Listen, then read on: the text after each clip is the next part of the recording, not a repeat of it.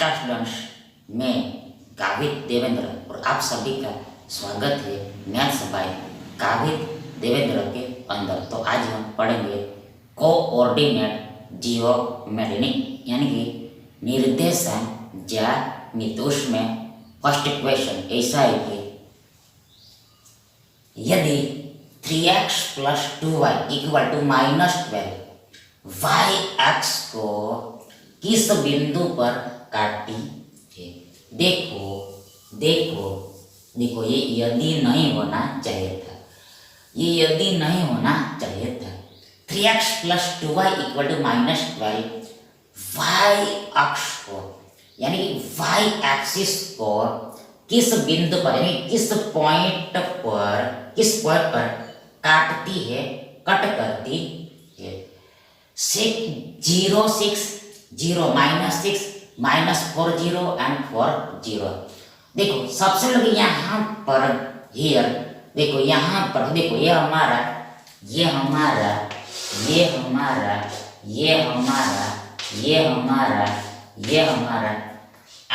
XY plane हो गया। यह हमारा XY प्लेन हो गया, XY समतल हो गया, XY प्लेन हो गया यानी XY समतल हो गया। मतलब इसको यानी कि ये हॉरिजॉन्टल लाइन को यानी कि क्षैतिज रेखा को एक्स अक्ष बोलते हैं, और ये जो ऊर्ध्वाधर लाइन है, ऊर्ध्वाधर रेखा है, एक वर्टिकल लाइन है, इसको वाई एक्सिस बोलते हैं, वाई एक्सिस बोलते हैं। अब यहाँ पर देखो और यहाँ पर ओरिजिन होता है, यह आपको पता होगा ही होगा। अब यहाँ पर बोला ये लाइन वाई एक्स को किस बिंदु पर काटती है, ये लाइन वाई एक्स को किस बिंदु पर काटे। देखो यदि देखो कोई भी लाइन देखो ये वाई एक्सिस को काटेगी, कोई भी लाइन वाई एक्सिस को काटे। देखो ये वाई अक्ष है हमारा, तो इसको मान लो ये लाइन काट रहा है, कट कर किस बिंदु पर, देखो इस बिंदु पर, इस पॉइंट पर। देखो यहाँ पर देखो क्या होगा, देखो यहाँ पर देखो ये हमारा ओरिजिन है यानी कि मूल बिंदु। तो इसका देखो इसका निर्देशांक यानी कि कोऑर्डिनेट 0 0 होता है, 0 0 होता है। इस ओरिजिन का निर्देशांक यानी कि कोऑर्डिनेट 0 0 होता है। मतलब x भी 0 होता है एंड y भी 0 होता है। पहला x होता है और दूसरा y होता है। यहाँ पर x यानी पहला भी 0 है, y दूसरा भी 0 है। देखो यहाँ पर इस बिंदु का y कुछ भी होगा, पर देखो इसका x हमेशा 0 ही होगा। फिर से देखो यहाँ पर इस पॉइंट का y कुछ भी होगा, पर इसका x 0 ही होगा। फिर से देखो इस बिंदु का, देखो इस पॉइंट का y कुछ भी हो सकता है, पर इसका x 0 ही होगा, x 0 ही होगा, x निर्देशांक 0 ही होगा। मतलब यदि कोई लाइन y एक्सिस को काटे तो देखो कोई रेखा y एक्स को कट करेगी, काटेगी, तो उसका x निर्देशांक यानी कि x कोऑर्डिनेट हमेशा ऑलवेज 0 ही होगा, 0 ही होगा। तो यही लॉजिक यहाँ पर लगे। देखो ये लाइन y एक्स को काट रहा है, मतलब इसका x 0 होगा, मतलब इसमें x 0 नहीं। यहाँ पर देखो 3 × 0 0 हो जाएगा। नहीं यहाँ पर 2y = -12, नहीं यहाँ पर y बराबर -12/2 होगा, y बराबर -12/2। यहाँ पर 2 × 12 होगा, मतलब y बराबर -6 मिलेगा, y बराबर हमें -6 मिलेगा। तो यहाँ पर बिंदु कौन सा बनेगा, पॉइंट कौन सा बनेगा। यहाँ पर बिंदु यानी पर देखो यहाँ पर पहला x है तो पहला x 0 होगा, और दूसरा y तो y यहाँ पर -6 है। फिर से एक बार देखो पहला x होता है, x यहाँ पर 0 है, और y तो y -6 आ रहा है, मतलब इस पॉइंट का नाम 0, -6 होगा, 0, -6 होगा, 0, -6 यानी विकल्प बी हमारा सही विकल्प है।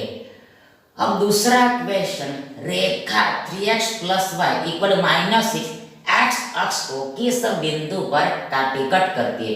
2 0 -2 0 0 6 एंड 0 -6। देखो यहाँ पर अब उल्टा, ये देखो मान लो कोई लाइन, देखो ये एक्स एक्सिस को काट रही है, यहाँ पर कट कर, देखो कोई लाइन मान लो ये एक्स एक्सिस देखो यहाँ पर काट रही है, कट यहाँ पर देखो, यहाँ पर देखो x कुछ भी होगा पर इसका y 0 होगा। पिछले इस बिंदु का x कुछ भी हो सकता है पर देखो इसका y निर्देशन यानी कि y कोऑर्डिनेट 0 होगा, y निर्देशन यानी y कोऑर्डिनेट 0 होगा।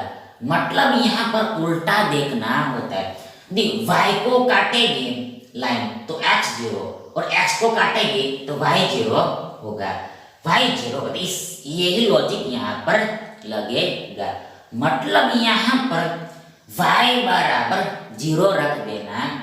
देन यहाँ पर 3x बराबर -6 होगा, 3x = -6 होगा, 3x = -6 होगा। तो आगे ये x बराबर -6/3 होगा, तो यहाँ पर 3 दूनी 6 होता है, मतलब x बराबर -2। यानी इस बिंदु का नाम यानी कि नाम देखो पहला x होता है तो पहला x -2 और y 0 होगा।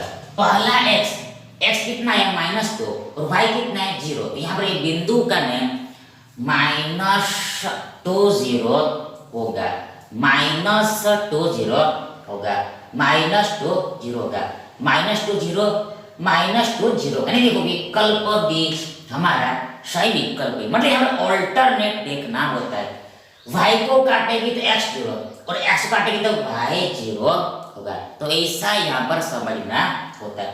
अब तीसरा क्वेश्चन, निम्नलिखित में से यानी फॉलोइंग बिंदुओं में से पॉइंट में से कौन बिंदु रेखा 5x + 4y = 2 पर स्थित लाई कर रहा है?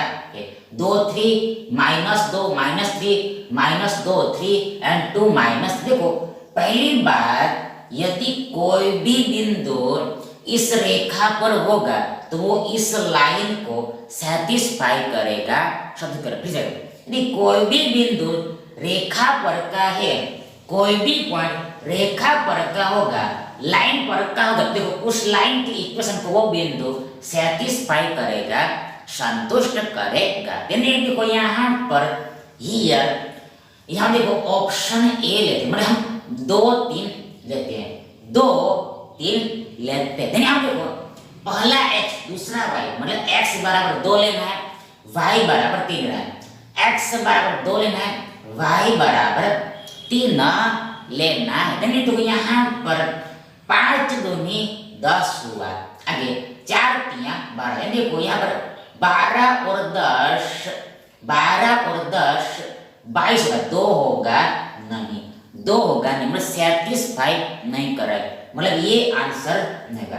अब दूसरा बिंदु -2 3 -2 -3, मतलब x बराबर -2 लेना है, y बराबर -3 लेना है। देखो यहाँ पर 5 दूनी 10 का पर माइनस में होगा, शून्य यहाँ 4 3 12 माइनस में, यानी यहाँ पर -22 होगा, 2 आएगा नहीं, मतलब ये भी सेटिस्फाई नहीं कर रहा है, संतुष्ट कर नहीं रहा है, मतलब ये भी आंसर नहीं। और हमें पता है कि ये आंसर होगा, मतलब ये नहीं होगा। इसको भी देख लेते, देखो 2 -3 रखते हैं। देखो यहाँ x बराबर 2 y बराबर -3 रखना, यहाँ देखो 5 दूनी 10 होगा, आगे 4 3 12 माइनस में होगा, यानी -12 -10 -2 होगा, इधर -2 मिलेगा और इधर 2 है, मतलब ये भी सेटिस्फाई नहीं कर, मतलब ये ऑब्वियसली हमारा आंसर हो गया, -2 3 हमारा आंसर में ये सेटिस्फाई कर जाएगा, इस लाइन को संतुष्ट कर देगा। ऐसे देखो यहाँ पर x बराबर में -2 रखना है और y बराबर 3 रखना है। देखो यहाँ पर 5 में 10 होगा पर माइनस में होगा और यहाँ पर 4 या 12, यहाँ पर -10 -12, तो यहाँ पर हमें 2 मिलेगा। लेफ्ट हैंड में 2 मिला और इधर भी 2 है, मतलब संतुष्ट कर गया है, यानी ये हमारा सही आंसर है। अगले देखिए, यदि x - 2y बराबर 2 और 3x + y = 20 है तो xy क्या होगा?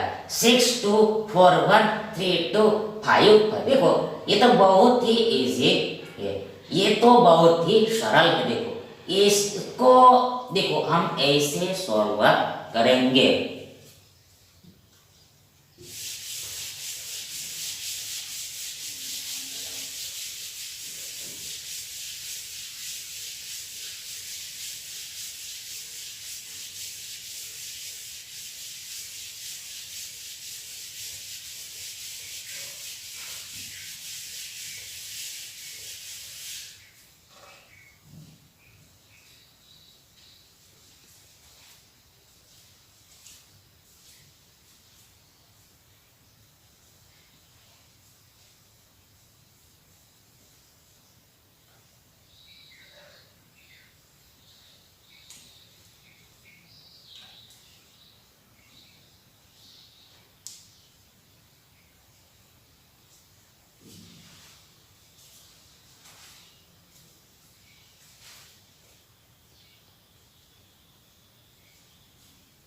देखो यहाँ पर पहला इक्वेशन, फर्स्ट समीकरण, ये x - 2y बराबर 2 है, x - 2y बराबर 2 है।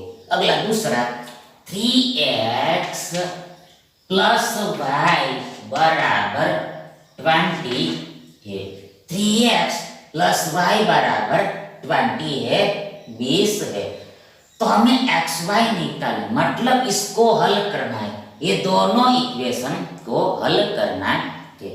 मतलब ये x एंड y की कौन सी वैल्यू रखे सो दैट ये सेटिस्फाई कर जाए, यानी ये राइट हैंड साइड में मिला जाए। देखो यहाँ पर देखो यहाँ पर देखो यहाँ पर देखो यहाँ देखो यहाँ पर देखो, इसमें y 2y है और यहाँ पर y 1y है, यदि इसको भी हम 2 बना देते हैं, ये y को हमने 2y बना दिया, मैं कर देन। देखो यहाँ पर यदि हमने दोनों को ऐड किया देन ये -2y + 2y कैंसल हो जाएगा, शून्य हो जाएगा। देन देखो ये x का वैल्यू हमें मिल जाएगा। देन x का वैल्यू हम ये कोई भी एक इक्वेशन में रखेंगे तो हमें ये y का वैल्यू भी मिल जाएगा, मतलब दोनों का वैल्यू हमें मिल जाएगा। तो ऐसा काम करना है। फिर से देखो यहाँ पर देखो, इसमें y -2 है और इसमें y 1y है, यदि इसको भी हमने 2 बना दिया, मतलब पूरे इक्वेशन को 2 से मल्टीप्लाई किया, 2 के साथ गुणा किया, देन देखो आगे ऐड किया तो ये निकल जाएगा, यानी x मिल जाएगा। देन x का वैल्यू फिर से रखेंगे कोई भी एक इक्वेशन है, देन हमें y का वैल्यू भी मिला।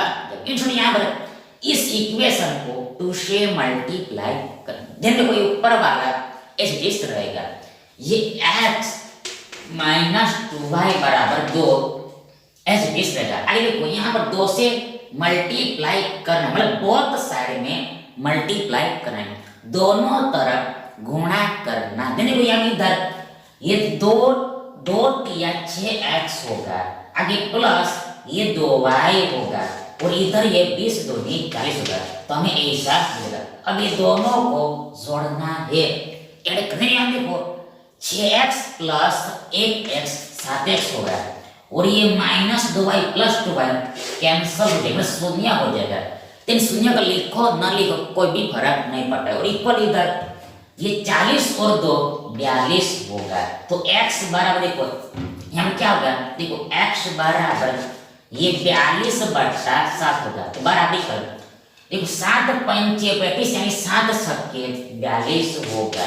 x का मान यानी वैल्यू 6 होगा, 6 होगा। अब इस वैल्यू को हमें कोई भी एक इक्वेशन में रखना है। y का वैल्यू मिला जब हम पहले में रखते हैं, देखो यहाँ पर x बराबर 6 है माइनस ये 2y का 2y और ये 2 का 2। तो देखो 2 को इधर लाओ तो ये 6 - 2 होगा, ये -2y इधर आएगा तो ये 2y होगा प्लस 2y होगा। तो y बराबर ये 6 - 2 होगा, इतना होगा 6 - 2 4 होगा और बट्टा में 2 बराबर y होगा। देखो यानी कि y बराबर देखो 4/2 बराबर ये y होगा, y देखो y बराबर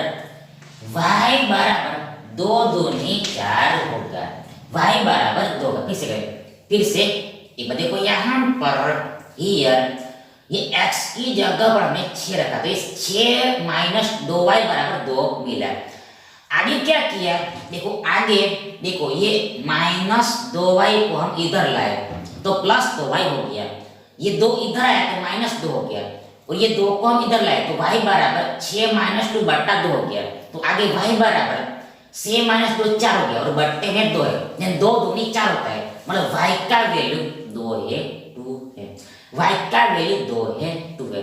मतलब ऑर्डर पेयर कौन सा बन गया, क्रमिक जोड़ कौन सा बन गया। पहला x होता है, पहला x होता है, पहला x होता है, फर्स्ट x होता है। देखो x पहला x तो x कितना है, x यहाँ पर 6 आया, ये 6 x 6 और y 2 आ रहा है, देखो y 2 है 6 2 आएगा यानी xy बराबर 6 2 होगा, यानी ये सॉल्यूशन होगा, हल होगा, सॉल्यूशन होगा, हल होगा। मतलब ये विकल्प ए हमारा सही विकल्प है। देखो अब इसका मीनिंग क्या होगा, देखो यदि हमने इस इक्वेशन में x की जगह पर से y की जगह पर 2 रखा है तो ये सेटिस्फाई करेगा, इस इक्वेशन को सेटिस्फाई करेगा, संतुष्ट करेगा, मतलब इसका आंसर 2 ही मिलेगा। सिमिलरली इसमें x की जगह पर 6 रखा है, y की जगह पर 2 रखा है तो ये इसको भी सेटिस्फाई कर देगा, मतलब आंसर 20 ही आएगा। इन शॉर्ट ये 6 2 ये दोनों का सॉल्यूशन है, ये 6 2 ये दोनों इक्वेशन का सॉल्यूशन है, हल है, मतलब ये दोनों ही इक्वेशन को सेटिस्फाई करेगा, दोनों ही समीकरणों को संतुष्ट करेगा, इसलिए हल कहलाता है। नेक्स्ट देखिए, बिंदु 3 - 2 और 5 3 से गुजरने वाली पास होने वाले रेखा के समीकरण को ज्ञात करें, फाइंड करें। और ये ऑप्शंस दिए हैं 5x - 2y बराबर -19, 5x - 2y बराबर 19, 5x + 2y बराबर -31 एंड 5x + 2y बराबर 31। देखो यहाँ पर फॉर्मूला आपको याद करके रखना पड़ेगा, यहाँ पर आपको सूत्र याद करके रखना पड़ेगा।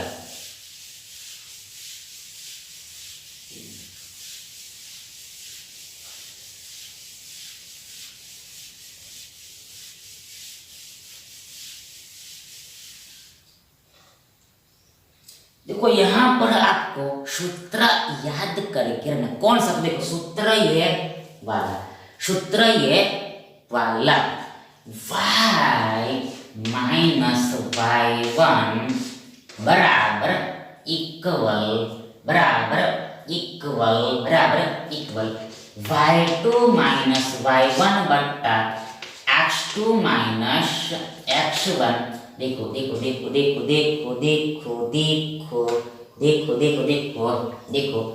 x1 इंटू x - x1 होता है। देखो ये फॉर्मूला आपको याद करके रखना है, ये सूत्र आपको याद करके रखना है।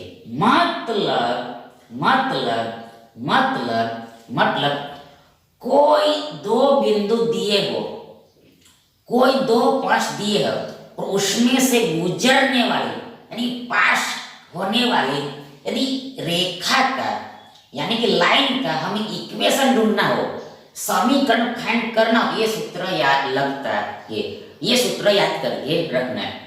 y माइनस y1 बराबर y2 minus y1 divide x2 minus x1 into x minus x1। फिर से एक बार y माइनस y1 बराबर y2 माइनस y1 बट्टा x2 minus x1 into x minus x1। देखो यहाँ पर, देखो यहाँ पर देखो ये क्या है, ये 3 माइनस 2 हमारा, 3 माइनस 2 हमारा देखो x1 y1 है, x1 y1 है, 3 माइनस 2 x1 y1 है और ये 5 3 यहाँ पर x2 y2 है, ये हमारा x2 y2 है, ये हमारा x1 y1 है, ये हमारा x2 y2 है। अब ये वैल्यू यहाँ पर रख देंगे। तो देखो फिर से देखो यहाँ पर पहले ये y का y ऐसे इज रहेगा माइनस y1 यहाँ पर ये माइनस 2, ये माइनस 2, ये ब्रैकेट लगाना पड़ेगा। तो देखो यहाँ पर माइनस माइनस प्लस हो जाएगा, इसलिए आगे बराबर इक्वल y2 यहाँ पर ये 3 है और माइनस y1 यहाँ पर माइनस 2, ये माइनस 2 ब्रैकेट लगाना पड़ेगा और नीचे में x2 यहाँ पर ये 5 है तो 5 माइनस x1 यहाँ पर 3 है, यहाँ पर 3 आएगा गुणा x ऐसे रहेगा माइनस x1 यहाँ पर 3 है तो यहाँ पर 3 आएगा, तो हमें ऐसा प्राप्त होगा। अब इसको हल करना है तो आगे देखो यहाँ पर ये y का y माइनस माइनस प्लस हो जाएगा, मतलब यहाँ पर बीच में गुणा छुपा हुआ होता है, देन माइनस और माइनस का गुणा प्लस हो जाता है। सेम चिन्हों का गुणा हमेशा प्लस ही होता है और ये 2 का 2 आगे बराबर यहाँ पर 3 का 3 सिमिलरली माइनस माइनस प्लस 2 का 2 बट्टा में 5 माइनस 3 2 होगा और इंटू ये x माइनस 3 है। इससे आप ब्रैकेट लिखोगे तो भी चलेगा, न लिखो तो भी चलता है। तो आगे देखो यहाँ पर ये y प्लस 2 बराबर ये 3 2 5 हो गया बट्टा में 2 है और यहाँ पर ये x माइनस 3 है। तो आगे यहाँ पर देखो 2 इधर आएगा, इसके साथ मल्टीप्लाई होगा, तो देखो यहाँ पर 2y प्लस 2 2 4 होगा और इधर 5x माइनस 5 या 15 होगा, 5 अंदर में गुणा हो जाएगा तो हमें ऐसा मिलेगा। अब ये y वाले को इधर लाना पड़ेगा और ये माइनस 15 को इधर लाना पड़ेगा। देखो यहाँ पे ये प्लस 4 है, माइनस 15 इधर आके प्लस 15 होगा और इधर ये 5x और ये इधर माइनस 2y है, ये 2y प्लस 2y है, इधर आया माइनस 2y हो गया, चिन्ह बदलेगा, माइनस 15 इधर आया प्लस 15 का चिन्ह बदलेगा, यहाँ पर प्लस 4 प्लस 15 प्लस 19 यानी कि 19 होगा, मतलब आगे में प्लस को हम लिखते ही नहीं और इक्वल बराबर ये 5x माइनस 2y होगा, 5x माइनस 2y इक्वल 19 होगा, 5x माइनस 2y इक्वल 19 होगा, 5x माइनस 2y बराबर 19 होगा। तो ये हमारा आंसर होगा, ये आंसर होगा। मतलब ये 2 बिंदुओं में से गुजरने वाले यानी पास होने वाले लाइन का इक्वेशन ये होगा, कौन सा देखो 5x माइनस 2y बराबर 19 यानी विकल्प बी हमारा सही विकल्प है।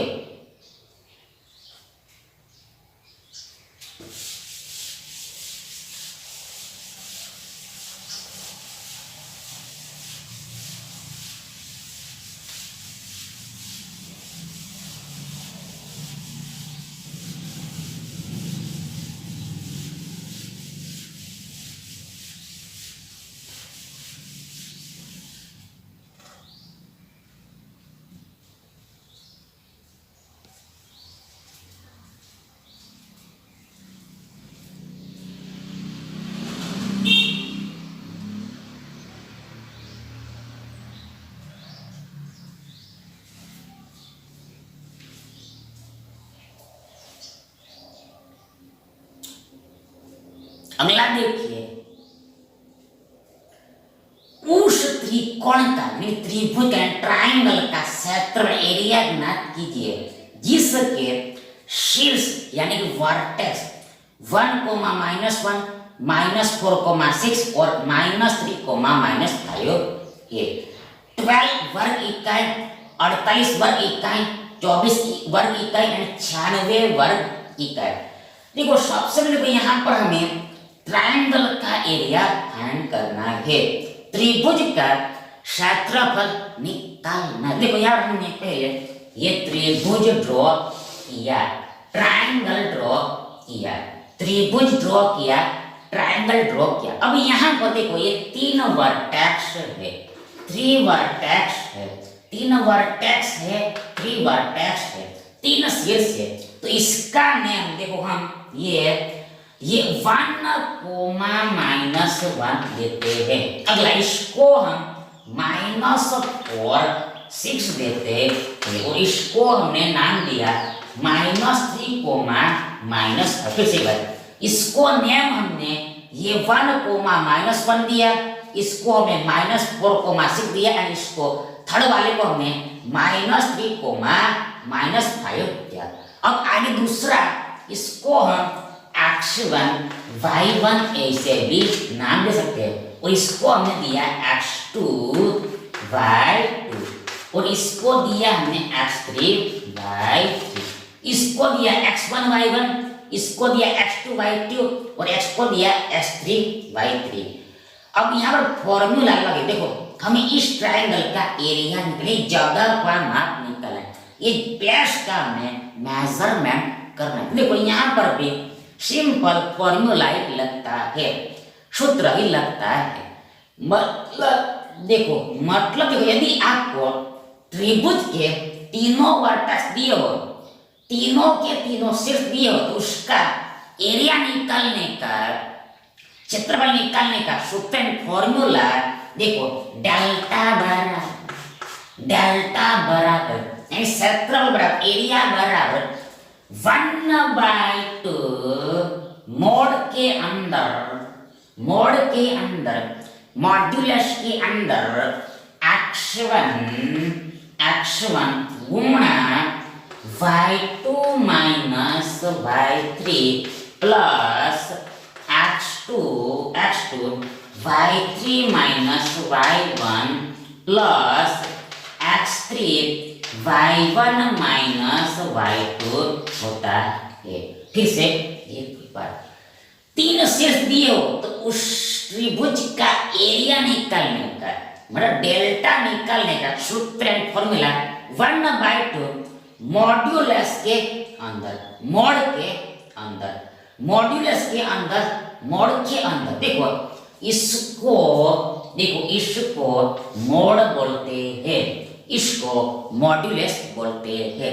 यदि इसमें हमने x लिखा तो बराबर x ही होगा, और यदि हमने ये मोड के अंदर -x लिखा तो भी x ही होता है। फिर से ये मोड है और इसमें हमने x लिखा तो इसके बराबर x ही होगा, और इसमें माइनस में डाल दिया तो -x का मोड भी x ही होता है।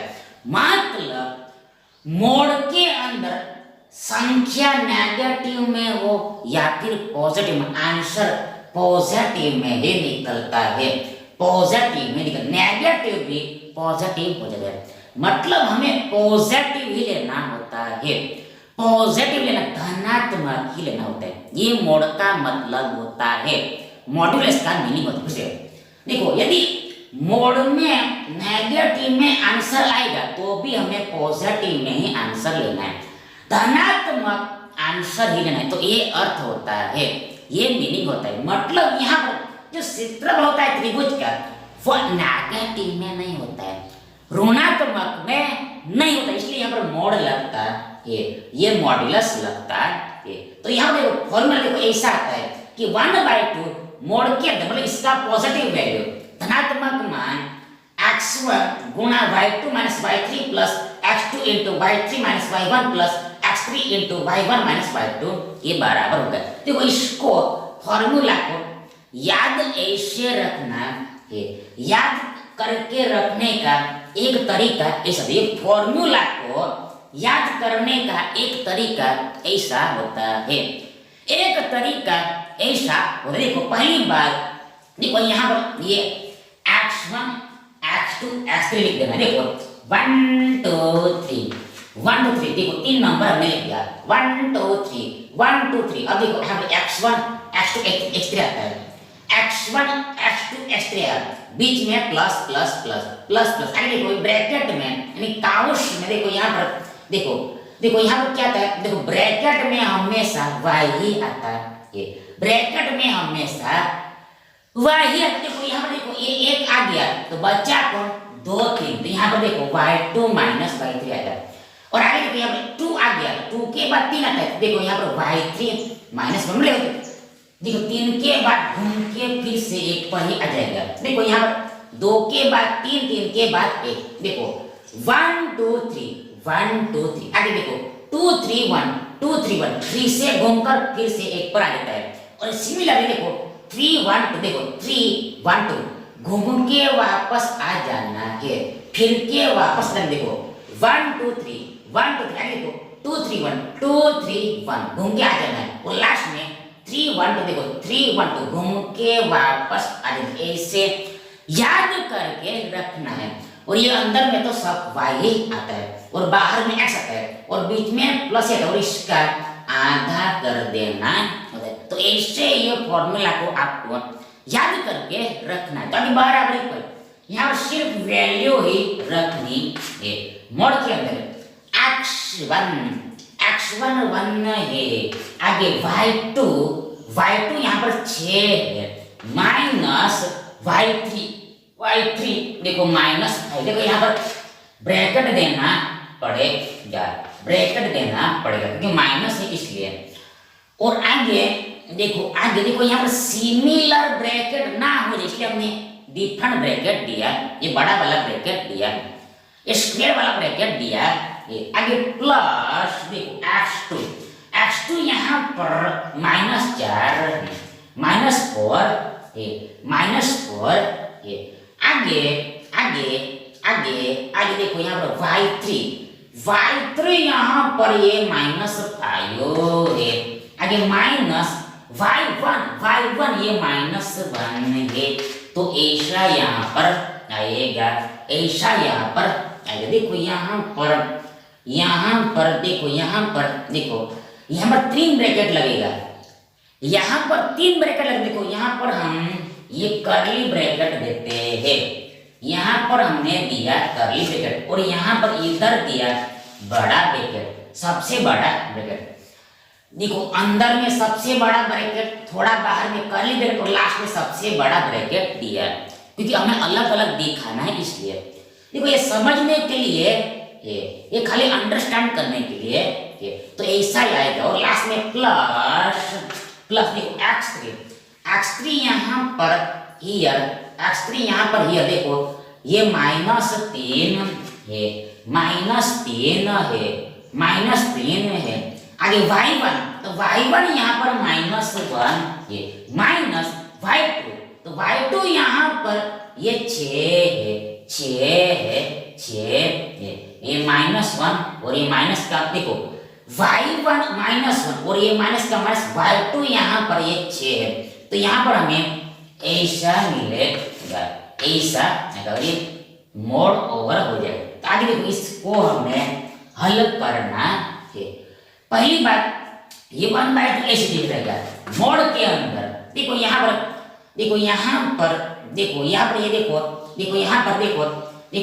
ये माइनस प्लस हो जाएगा।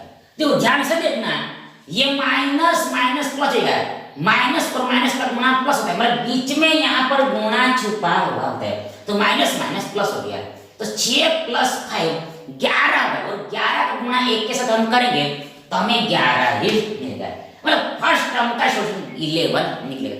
अब हम डायरेक्ट लिखेंगे, देखो यहाँ डायरेक्ट लिखेंगे, ये आगे प्लस का प्लस, अब इसको हम हल करें, अब डायरेक्ट ही लिखेंगे। देखो पहली बात, देखो यहाँ पर बीच में गुणा है, यहाँ पर माइनस प्लस हो जाता है, यानी 5 प्लस, देखो यहाँ पर देखो देखो ये माइनस माइनस प्लस हो गया, तो ये को यहाँ पर हमें +1 मिलेगा। देखो माइनस और माइनस का गुणा प्लस हो गया, यानी यहाँ पर +1 हमें मिलेगा, और यहाँ पर -5 है, यानी कि हमारे पास -5 देखो -5 +1 है, -5 +1 है, -5 +1 है, तो यहाँ पर हमें -4 मिलेगा।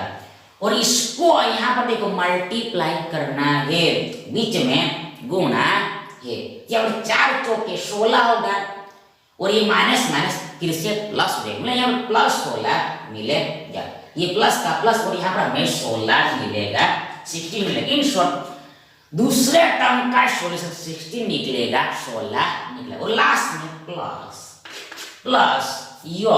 देखो यहाँ पर हियर ये -1 -6 -7 होगा, आगे यहाँ पर बीच में गुणा है, तो 7 तिया 21 होता है, 20 होता है, और ये माइनस माइनस प्लस हो गया, मतलब इसका सॉल्यूशन +20 यानी 21 होगा, और ये बाहर का प्लस था ही था, मतलब इन शॉर्ट ये थर्ड टर्म का सॉल्यूशन 21 निकलेगा, और यहाँ पे मोड ओवर हो जाएगा, खत्म हो जाएगा।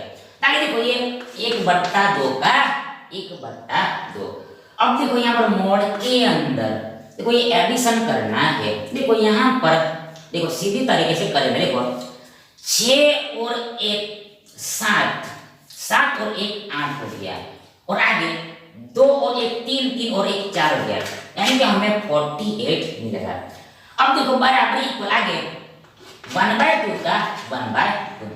अब 48 का मॉड्यूलस खुद ये 48 ही होगा, ये 48 का मॉड खुद 48 होगा, मतलब यदि यहाँ पर सपोज -48 आता है, -48 है, तो अभी यहाँ पर बाहर में 48 ही आता है, धन में ही आंसर लिखना होता है, तो ये मॉड्यूलस का मीनिंग होता है। अब यहाँ पर जस्ट 48 का हमें आधा करना है, हाफ करना है, क्योंकि यहाँ बीच में मल्टीप्लाई है, इसलिए यानी 48 का आधा यानी हाफ, सेमी 24 होता है, 24 होता है, 24 दूनी 48 होता है, 24 दूनी 48 होता है। अब ये क्या है 24?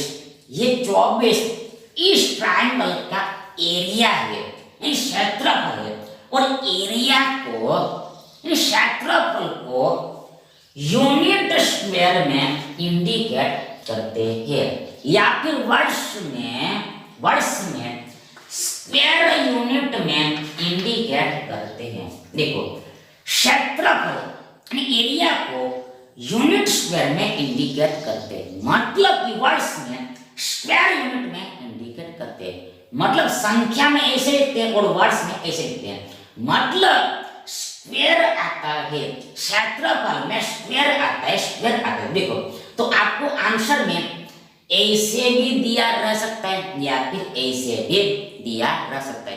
इन शॉर्ट स्क्वायर लिखना कंपलसरी होता है, यदि आपने सिर्फ यूनिट ही लिखा तो गलत ही होता है, तो ये ध्यान रखना। तो यहाँ पर यूनिट कौन सा, देखो यूनिट यहाँ पर नहीं है, यूनिट का यूनिट दिया है, यूनिट का यूनिट है, इकाई का इकाई है, यूनिट का यूनिट है। देखो यहाँ पर देखो सेंटीमीटर मीटर जैसा कुछ भी नहीं, मतलब यूनिट ही रहने देना है, मतलब फाइनल आंसर 24 यूनिट स्क्वायर, मतलब 24 स्क्वायर यूनिट होगा।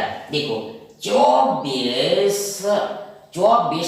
स्क्वायर यूनिट, स्क्वायर यानी कि वर्ग इकाई होगा, वर्ग इकाई होगा। स्क्वायर को हिंदी में वर्ग बोलते हैं और यूनिट को हिंदी में इकाई बोलते हैं, मतलब ये 24 हमारा सही आंसर है, यानी विकल्प से हमारा सही विकल्प है। Thank you.